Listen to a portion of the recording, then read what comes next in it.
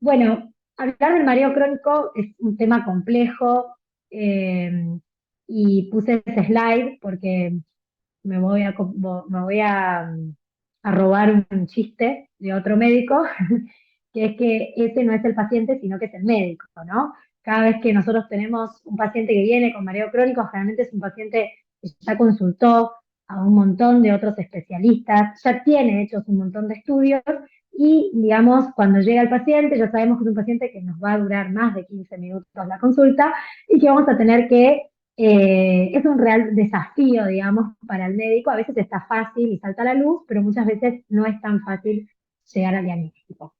Entonces vamos a tratar ahora, a través de esta breve charla, de poder ilustrar las principales causas y el abordaje del paciente con esta patología. Entonces, principalmente el paciente con mareo crónico, como les dije, va a venir refiriéndonos distintos síntomas, no va a decir tengo mareo crónico, pero sí nos va a decir que tiene mareos de larga data, generalmente más de 3 meses. También puede venir diciendo directamente que tiene desequilibrio, que ha tenido caídas a repetición, que se siente inestable, capaz no todo el tiempo, pero sí al salir a la calle, al cruzar o tratar de subir una escalera, cordones de la vereda. A veces vienen y dicen que tiene una sensación en la cabeza, una sensación de como que la cabeza está vacía, que caminan en nubes, que tiene una sensación permanente de barco, o directamente que existe algún tipo de movimiento, digamos, en el entorno o en el ambiente cuando ellos se mueven o caminan. ¿Qué cosas nos van a importar como médicos? O sea, qué cosas le tenemos que hacer en la anamnesis que no nos puede faltar, digamos, al principio, ¿no? Preguntarle más que nada si el paciente tiene osilopsia. ¿Qué significa la osiloxia? La osiloxia es la sensación de que las cosas se mueven sin que haya un movimiento específico. A veces pueden ser provocadas espontáneamente estando el paciente quieto o con los movimientos propios del paciente. Después, preguntarle si aparte tiene acúfenos, si tiene hipoacusia en algún oído, eh, si tiene algún otro síntoma tipo coclear, si ha tenido antecedentes familiares de algún paciente, de familiares que tengan trastornos de la marcha, desequilibrio, si tiene otros síntomas neurológicos, si tiene, por ejemplo, temblor, trastornos de la memoria, trastornos esfinterianos, incoordinación o parestesias en los miembros inferiores. Todo eso nos va a orientar un poquito más de dónde buscar eh, que puede estar la patología. Entonces, si nosotros clasificamos los síntomas vestibulares, vamos a tener los síntomas vestibulares episódicos, como podemos ver arriba, no sé si se ve mi cursor, como podemos ver arriba, son episodios en el tiempo que cursan con periodos totalmente asintomáticos. Después tenemos un cuadro agudo, que es un cuadro que se instala en forma rápida y después permanece o persiste y va disminuyendo en forma más lenta hasta que puede evolucionar un cuadro crónico o disminuir completamente y resolver. O tenemos mareos que directamente se instalan en forma crónica y aumentan a medida de que sigue el tiempo, que pasa el tiempo. Pero bueno, el paciente con mareo crónico puede venir en estos tres grupos, ¿no? Puede ser un cuadro episódico que inicia con síntomas episódicos que resuelven completamente, como se mostró, digamos, en este slide, pero que después queda el paciente con síntomas continuos. O sea, a medida que van pasando los episodios, el paciente va sumando síntomas y queda con síntomas permanentes, incluso habiendo resuelto los episodios o con los episodios sobreimpuestos. Después tenemos el segundo grupo, que es un paciente que tiene un vértigo agudo, claro, de instalación súbita y aguda, y que tampoco nunca termina de resolver ese cuadro y queda con síntomas crónicos. O tenemos el tercer grupo, que es este primero, el último que vimos acá también, es un paciente que se instala el cuadro en forma crónica. El paciente a veces no puede decir un día de inicio de los síntomas, sino que fue algo que fue sintiendo y que cada vez se hizo más intenso. Estos serían los tres grupos de pacientes donde nosotros podemos ir pensando en la patología también, ¿no? El primer paciente con un cuadro episódico, uno tiene que pensar que ese cuadro se instaló luego de episodios de PPB recurrente, episodios de migraña, de hidropsendo linfático, ¿sí? O cuadros ya más familiares como ataxias episódicas. El segundo grupo van a ser pacientes que quizás tuvieron un cuadro periférico o central, una ACV, o una neuritis unilateral, y que luego quedaron con síntomas crónicos que no pudieron compensar bien este déficit. O si no, el grupo 3 ya pensar en cuadros más tipo degenerativos, como una vestibulopatía bilateral, o un cuadro de sistema nervioso central de tipo degenerativo, como puede ser una ataxia, alguna lesión ocupante de espacio, un neurinoma, por ejemplo. Entonces, vamos a empezar con el cuadro más otoneurológico que da mareo crónico, que es la vestibulopatía bilateral, ¿no? Entonces, el paciente que viene con una vestibulopatía bilateral generalmente nos va a decir que viene con oscilopsias, pero no va a decir yo vengo con oscilopsias, sino que va a tener una sensación de que el mundo se mueve cuando él mueve la cabeza. ¿Por qué es esto? Porque perdió el reflejo oculovestibular, que mantiene la mirada estable cuando uno mueve la cabeza. Con lo cual este paciente no va a poder mantener la mirada estable y cualquier movimiento se va a traducir en un movimiento ocular. Y eso le va a generar una sensación de que las cosas se mueven cuando él se mueve. También va a decir o puede referir que tiene desequilibrio, que generalmente se va a poner más de manifiesto cuando, por ejemplo, cierra los ojos o falla en otro sistema. También puede sentir que tiene algún tipo de desorientación espacial, que le cuesta orientarse. Al examen físico lo que vamos a encontrar es un paciente que le vamos a medir la agudeza visual dinámica. ¿Qué es la agudeza visual dinámica? Le vamos a pedir que lea la cabeza quieta y estacionaria hasta qué fila de letras puede leer de la grilla de Snellen. Y después le vamos a hacer movimientos de la cabeza. Y si pierde más de 3 líneas, significa que este paciente probablemente tenga una alteración al reflejo oculovestibular bilateral. Después le vamos a hacer el test de impulso cefálico. ¿Qué es el test de impulso cefálico? Capaz que ya lo vieron, no tengo muy claro en qué parte del programa están, pero es tratar de ver que la vista se quede estacionaria con los movimientos rápidos de la cabeza. Que en este caso lo que se va a ver que va a ser patológico, que los ojos no van a estar estacionarios, sino que se van a mover con el movimiento de la cabeza y se va a ver un sacádico compensatorio. Y otras alteraciones que vamos a ver son alteraciones que puede haber en la marcha, sobre todo con ojos cerrados, o cuando uno hace marchar en tándem, un pie delante del otro, o en la prueba de ronda. En 2017 se hicieron criterios diagnósticos para la vestibulopatía bilateral, donde aparte de la clínica que hablamos, digamos, de los oscilopsia, el desequilibrio y la estabilidad, tenemos que tener un empeoramiento de estos síntomas en la oscuridad, que no tenga síntomas estando sentado o acostado, y que haya alguna alteración en la ganancia del BOR que puede estar medida con, bueno, escleral coil, que no lo vamos a utilizar en la práctica clínica, pero más que nada con BNG o sillón rotatorio o en el VEGIT, y que no esté explicado por otra patología. Esos serían los criterios diagnósticos para el diagnóstico de vestibulopatía bilateral. Entonces, ahí vemos unas pruebas calóricas que van a tener una baja respuesta y a nivel del VEGIT, bueno, acá puse uno normal, no sé por qué me confundí. Quería poner uno patológico que tenga alteración patológica, disculpen. Van a tener una reducción de las ganancias con sacádicos compensadores. Bien, entonces, hasta acá lo que es vestibulopatía bilateral. Este va a ser un paciente que va a venir con un mareo crónico, que las causas más frecuentes van a ser generalmente los aminoglucósidos, como también muchas veces de causa idiopática, pero lo más común es que haya tenido alguna ototoxicidad por aminoglucósidos o algún otro fármaco que pueda ser ototóxico, u otras causas que pueden llegar a ser, el 50% son idiopáticos, o, por ejemplo, alguna alteración de tipo Canvas o alguna otra enfermedad degenerativa que pueda generar esta caída bilateral. Bueno, después, ¿qué pasa con la vestibulopatía unilateral, ¿no? Este cuadro que se instala en forma aguda, unilateral, que genera un vértigo y que después existen mecanismos compensadores que lo que hacen es intentar, o sea, que este cuadro termine compensándose y desvaneciendo los síntomas y que el paciente se recupere completamente. Entonces, acá a la izquierda vamos a tener un paciente que se le hizo una laberintectomía y lo que se ve es que existe un pequeño nistagmus a izquierda, digamos, con fijación ocular, y cuando en oscuridad aumenta en forma muy importante. ¿Qué pasa a los 28 días? A los 28 días lo que se ve es que el nistagmus está casi desaparecido. Y eso es lo normal, lo que suele ocurrir cuando existen mecanismos compensadores.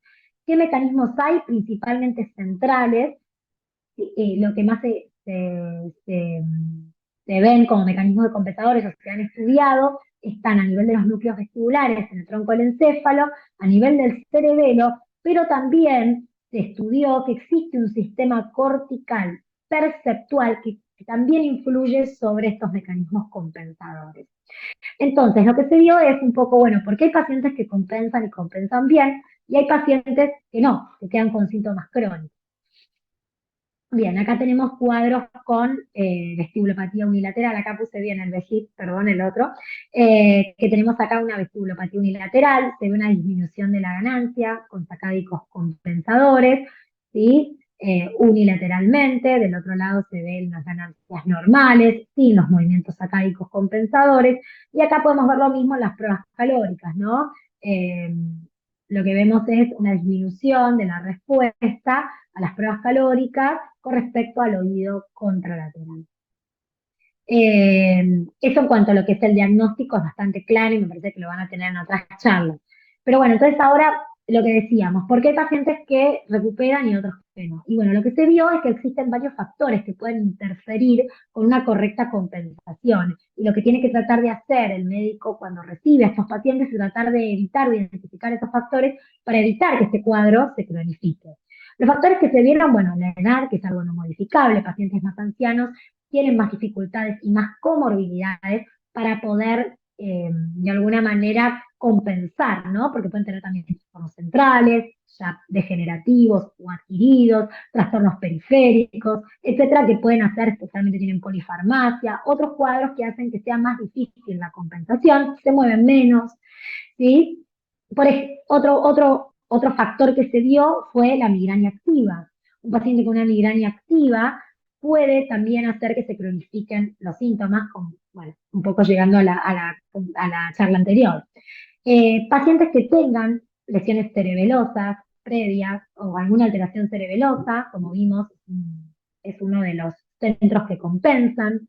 Pacientes que tengan otra alteración en algún otro sitio del equilibrio, como puede ser una neuropatía periférica, que tengan otras alteraciones visuales. Acá estamos viendo distintas partes de lo que es el sistema del equilibrio. O sea, lo que significa esto es tener alguna otra lesión en alguna otra parte del sistema de equilibrio hace que compensar el déficit sea más difícil, porque, digamos, ya no hay una sola parte que está afectada, sino que hay otros mecanismos involucrados.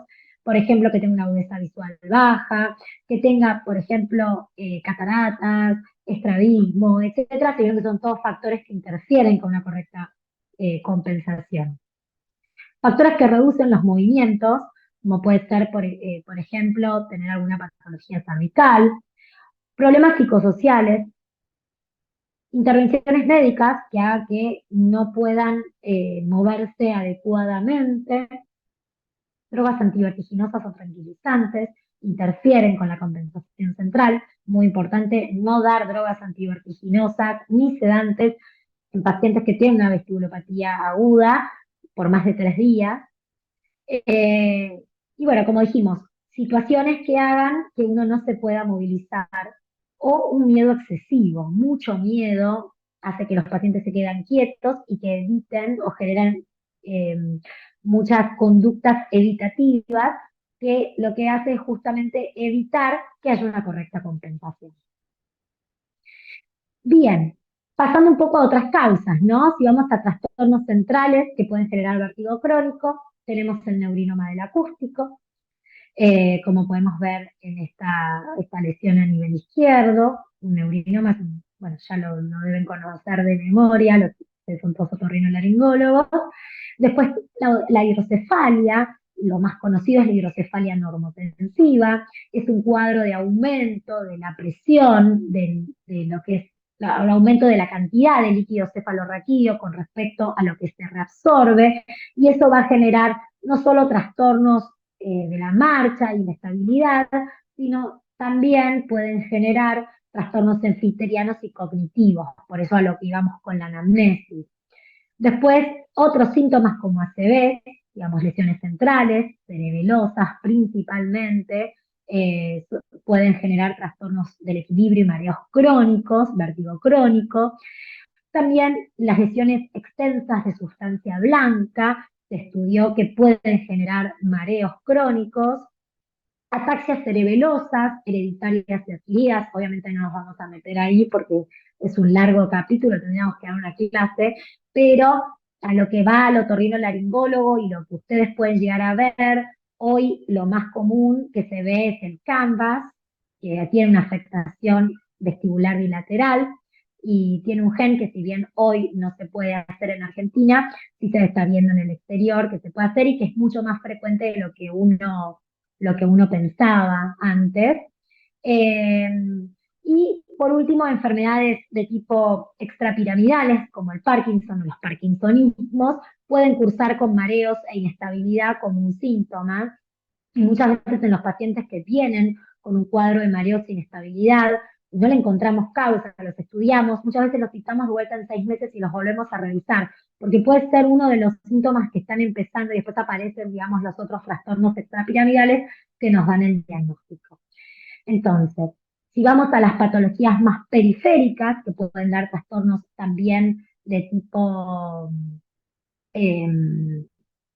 de tipo de los trastornos de la marcha y del equilibrio, y mareos crónicos, tenemos las neuropatías periféricas, principalmente de tipo somatosensitivo, que lo que hacen es disminuir, digamos, las aferencias sensitivas en miembros inferiores y generar esta sensación de inestabilidad. O lo mismo puede pasar en mielopatías o polirradiculopatías, como puede ser algún canal estrecho, que genera también la misma sintomatología, sensaciones de alteración en lo que es la percepción de los miembros en el espacio, ¿no? Bien, pero bueno, ¿qué pasa con el paciente que yo lo estudio y tal vez tiene un cuadro, tuvo un cuadro episódico, tuvo una migraña vestibular, tuvo un BPPV, tuvo algún cuadro, digamos, pero que en este momento yo lo estudio, lo reviso, lo veo, y todo está normal. O sea, el cuadro ya pasó, pero el paciente persiste con mareos. Eh, entonces, lo que se vio en estas patologías es un cuadro que se llama triple PV, que es el mareo perceptual, postural y persistente. Y las triple PV son por las siglas en inglés. Se vio que estos pacientes tienen un mareo de tipo perceptual, un mareo que, digamos, nosotros les hacemos todo y todo está normal. El cuadro tendría que haber resuelto, no tiene signos de una vestíbulopatía unilateral no compensada, no tiene ningún trastorno central, no tiene una vestibulopatía bilateral, o sea, no tiene nada de todo esto o tuvo en algún momento algo que tendría que haber resuelto y no resolvió.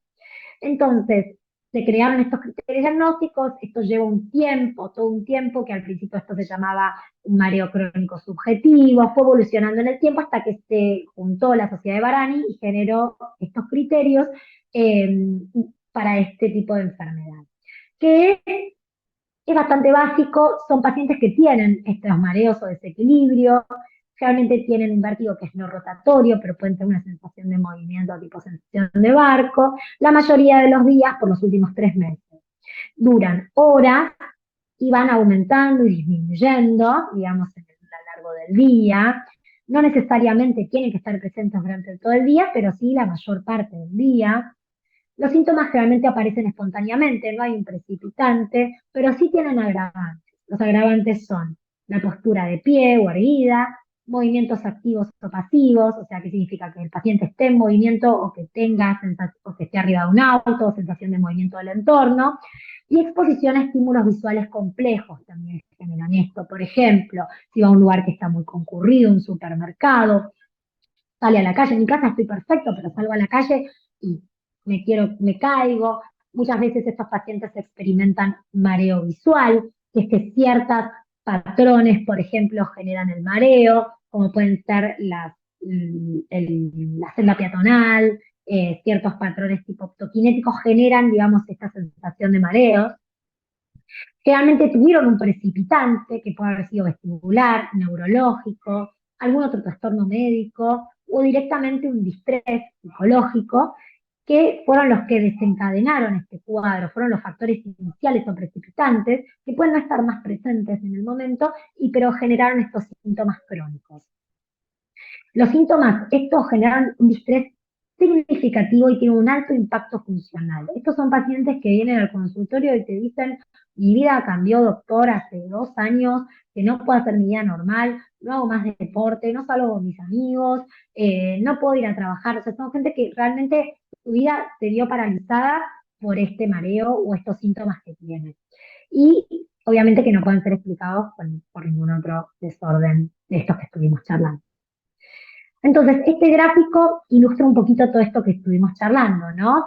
Son pacientes que tuvieron algún precipitante, como dijimos, pueden ser un precipitante vestibular u otra alteración médica, que tienen algún factor predisponente, se vio que existen algunos tipos de personalidades o una ansiedad preexistente en ese paciente que lo hace, porque no todo el mundo desarrolla este cuadro, y son gente que ya tiene una predisposición a generar este tipo de trastorno, a cronificarse, tuvieron capaz un precipitante psicológico, como dijimos, y no vestibular, y las comorbilidades que estuvimos hablando.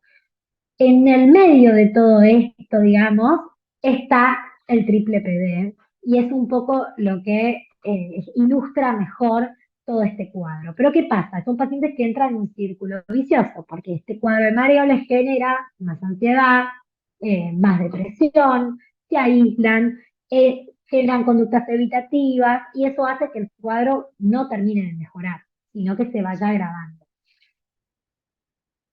Entonces, hasta acá con todas las causas de mareo crónico. Y ahora vamos a tratar de ver cómo abordamos al paciente con mareo crónico. ¿Sí? Ya vimos qué anamnesis le hacemos, ya vimos qué síntomas puede traer el paciente, después vimos las principales causas, hicimos un pantallazo por las principales causas del mareo crónico, que pueden ser vestibulares, que pueden ser neurológicas, tanto el sistema nervioso central como periférico, y también vimos que existen cuadros crónicos de tipo funcional, por ponerle un mote, el triple PD, y vamos a pasar a qué hacemos con estos pacientes cuando nos llegan al consultorio, cómo los evaluamos. Entonces, acá te tira, en este cuadrito que les dejé, es de un artículo de review, te tira algunas cosas a tener en cuenta en el examen y en la anamnesis que nos orientan hacia dónde empezar a buscar, ¿no? Por ejemplo, el paciente se está quejando de oscilopsia, en el examen físico, en la anamnesis, él me dice que claramente tiene oscilopsia. Bueno, hay 2 cosas que tengo que pensar. Una, que tiene un nistagmus, ¿sí? Lo más común, un downbeat, ¿sí? El nistagmus más común, adquirido fuera de lo que es no vestibular. Y otra es que haya tenido una vestibulopatía bilateral. Entonces, lo primero que voy a ver es examinarlo y de acuerdo a lo que encuentro, pedir una resonancia del cerebro o estudios vestibulares. ¿Tiene alguna otra alteración, como puede ser eh, alteraciones a nivel cervicales, alteraciones esfinterianas, signos de compromiso de tractos largos, por ejemplo, alteraciones en lo que es la sensibilidad, la propiocepción, pérdida de memoria, incontinencia? Depende de lo que vaya encontrando, puedo pensar en hacer una resonancia de la columna, hacer una resonancia de cerebro, pensando en esta hidrocefalia que habíamos hablado. Tiene temblor, tiene bradicinesia, tiene compromiso de la coordinación, pensar una ataxia cerebelosa, algo tipo más degenerativo como un parkinsonismo. Bueno, en este caso, orientar, digamos, en su caso capaz mandar al neurólogo y orientar un poquito los estudios hacia eso. ¿Tiene estudios? ¿Tiene factores de riesgo vascular? ¿Ha tenido ACV previo? Bueno, buscar a ver si en una resonancia no tiene lesiones de sustancia blanca, no tuvo un stroke a nivel cerebeloso que le está generando estos síntomas, o pensar una neuropatía periférica si tiene una alteración a nivel si tiene parestesia, si tiene disminución de la sensibilidad en los miembros inferiores. Entonces, principalmente, si tengo que pensar en un estudio vestibular para hacer estos pacientes, yo suelo empezar con un VEGIP. Me da más información, más rápida, es menos molesta para el paciente Y generalmente, digamos, lo que estoy buscando es una vestibulopatía unilateral no compensada o una vestibulopatía bilateral y me parece que es el mejor estudio. Pero si en el examen físico veo algún movimiento ocular que no puedo caracterizar, quizá ahí arranco con una BNG, si pienso en una ataxia o en alguna otra cosa, ¿no? Si veo un down beat, por ejemplo, ahí capaz arranco más con una BNG. Después, estudios neurológicos, seguramente este paciente con mareo crónico va a tener una resonancia de cerebro y oídos, porque es un estudio que vamos a pedir para poder evaluar bien que no haya ninguna causa central. Si tiene algún otro síntoma, como dijimos, una resonancia de columna o un electromiograma o un PET. Eh, y específicamente estudios genéticos para los plásticos autoinmunes y ya estoy sospechando, digamos, alguna ataxia, pero ya en un segundo plano, cuando estoy sospechando alguna ataxia o algún otro trastorno un poco más complejo desde el punto de vista. Bien, entonces, ¿cómo voy a tratar al paciente con mareo crónico? Lo más importante de todo es empatizar con el paciente, porque, como dijimos al principio, son pacientes que vienen de un largo recorrido, que ya fueron a muchos médicos, muchos le dijeron que no tiene nada, o muchos le dijeron que no tiene cura, o perdieron muchas veces las esperanzas, se sienten mal y muchas veces su vida está alterada por este cuadro.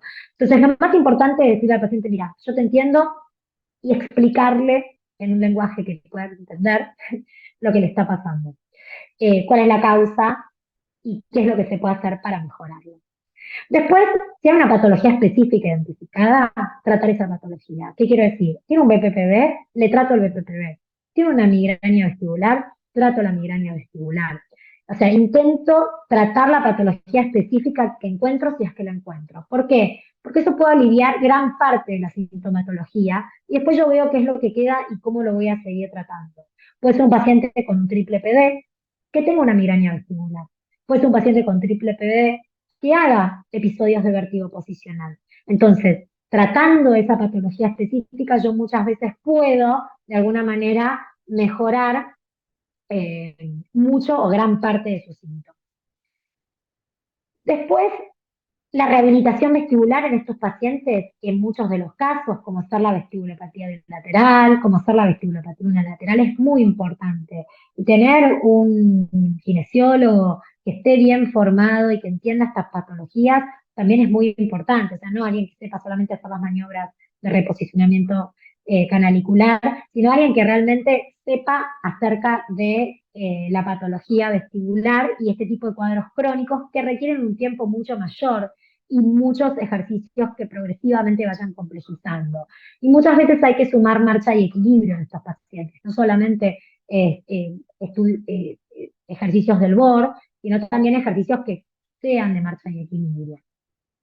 Y después tratar las comorbilidades. Entender que muchos de estos pacientes, como dijimos, tienen síntomas de mucho tiempo y desarrollaron muchas veces cuadros de ansiedad, de depresión o que ya traían de antes y que se agravaron por estos síntomas. Entonces, si nosotros no identificamos eso y no derivamos para que los traten, muchas veces los pacientes perpetúan el síntoma o entran en un triple PD, digamos, desarrollan un triple PD porque empiezan a tener conductas evitativas, empiezan a no salir de la casa, empiezan a estar cada vez más angustiados, con miedos, etcétera, y van desarrollando ciertos mecanismos que lo único que hacen es empeorar el cuadro.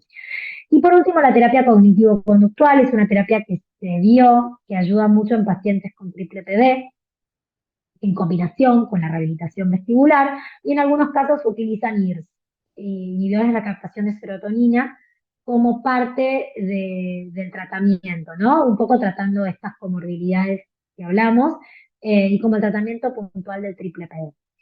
Pero bueno, yo creo que el paciente ya se va de la primera consulta más tranquilo, siendo comprendido solamente. Eh, bueno, y acá terminé, estos son los lugares donde trabajo, en Fleni, en el Sanatorio de las Lomas y en el Grupo Médico de San Isidro. Este es mi mail, si necesitan algún contacto o tienen alguna duda.